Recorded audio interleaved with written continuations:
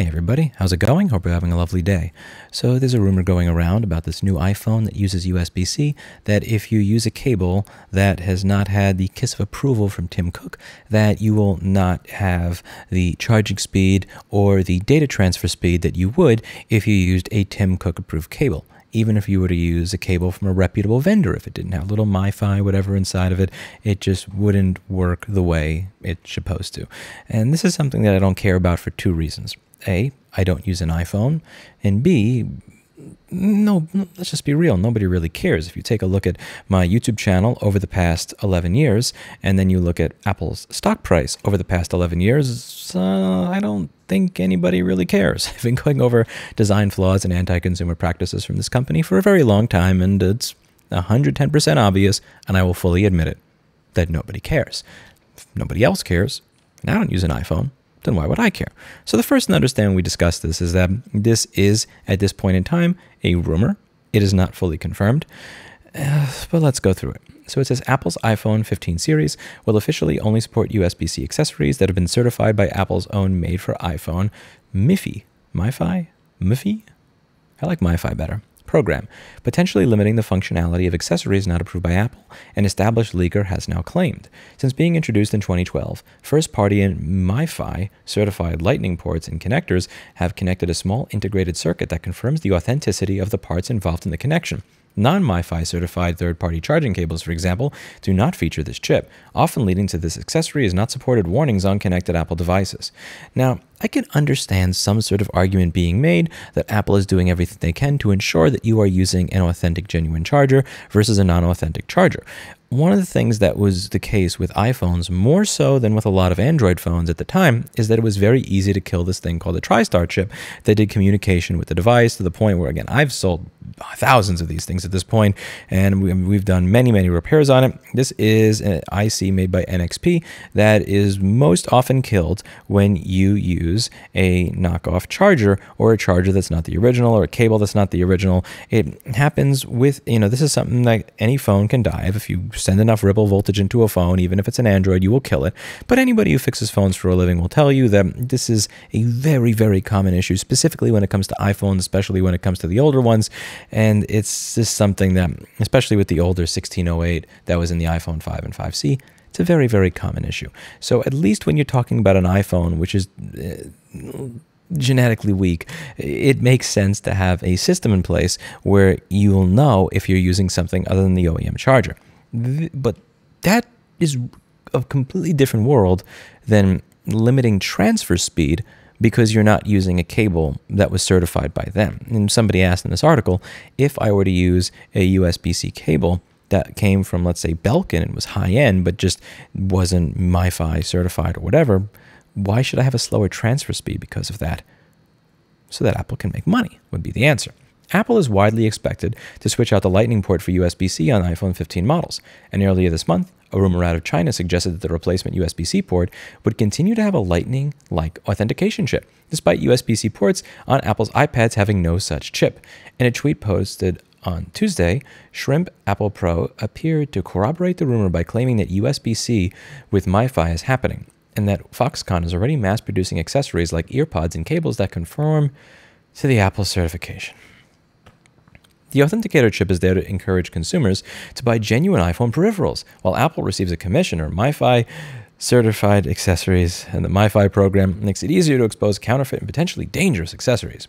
Despite these advantages, the concern from a user perspective is that Apple could use the MiFi program to limit features like fast charging and high-speed data transfer to Apple and MiFi certified cables. And that is precisely what Apple Shrimp Pro believes we should expect. Cables with no MiFi will be software limited in data and charging speed, to the leaker in a follow-up tweet. According to Apple analyst, the USB-C port on the iPhone 15 and 15 Plus will remain limited to Lightning/USB 2 speeds, while faster transfer speeds will be exclusive to iPhone 15 Pro and iPhone 15 Pro Max models. In my opinion, that is a dick move, but yeah, that's honestly, again, dick move, but what do you expect at this point? Shrimp Apple Pro accurately leaked the hardware design of the dynamic island on iPhone 14 Pro models, giving them an established track record for rumors. Earlier this month, the leaker said the iPhone 15 Pro will feature even thinner bezels around the display, so most tech reviewers probably won't even mention this because they'll be so excited about the thinner bezel. Yay! nobody cares about because it makes it easier to break the phone screen. Shrimp Apple Pro also previously claimed that at least one iPhone 15 model will feature titanium frame and curved rear edges, which could mirror the curved belly. Who effing cares about any of this? And even on Mac rumors, it's very interesting to see what the first comments in this thread are. It's just because again, you have to understand Mac rumors is a bit of a fanboy website. We had to know there was a hook to this. No way the EU is going to force Apple to give up all the accessory money they make from Lightning cables and move to USB-C without any of us paying the toll. There's a limit, and frankly, they crossed it many times. Yeah, now I'm moving to Android. I'm sick of getting penny pinched by Apple. And again, the problem here is, like, they make crappy USB-C cables. I get it. Everybody here at some point has probably used one of those like really long USB-C cables you can get very cheaply so that it makes it easy to use your phone from your bed if you have a really long outlet or the outlet's far away or something like that. And you try to, when you're being lazy, you transfer a file to that phone using it, and it doesn't work well because it's made for charging. It's not made for data transfer because it's cheap and it's a long cable. But if I'm using a really high quality cable, if I'm using a cable that is technically capable and proficient, that doesn't have a lot of noise, has noise rejection, everything else, why can't I use that cable to transfer stuff to my phone?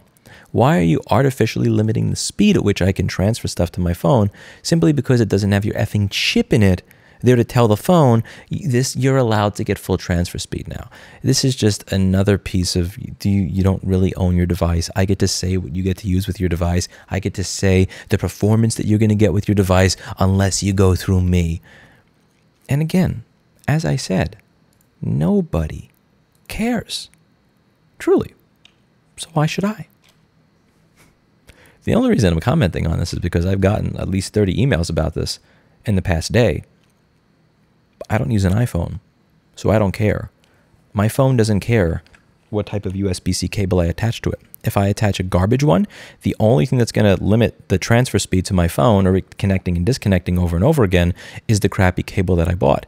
If I buy a good cable that's technically proficient for my phone for $8, it will do what it's supposed to do. It doesn't have to be a cable of any particular brand. It doesn't have to talk to the phone and say, I'm a special cable that's certified just for you to work.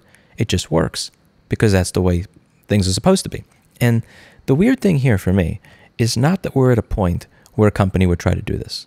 All companies are going to try to make money. All companies are going to do everything they can for a money grab. Once companies stop innovating, once they run out of ways to innovate, they often try to come up with ways to milk the existing user base.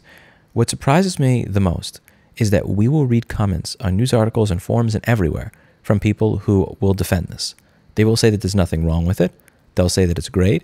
And these are not people who are Apple shareholders, because at least if you're an Apple shareholder, I can appreciate that you want to be in on the milking of the consumer. These will be people that simply like the brand.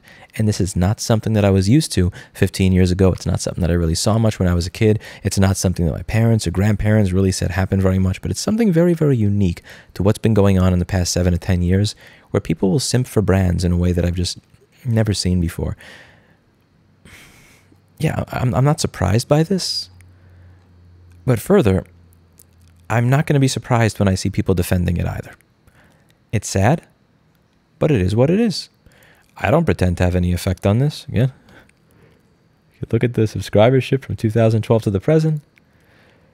Yeah. Nobody cares. Nobody cares. Do you? Let me know in the comments down below. That's it for today. And as always, I hope you learned something. I'll see you in the next video. Bye now.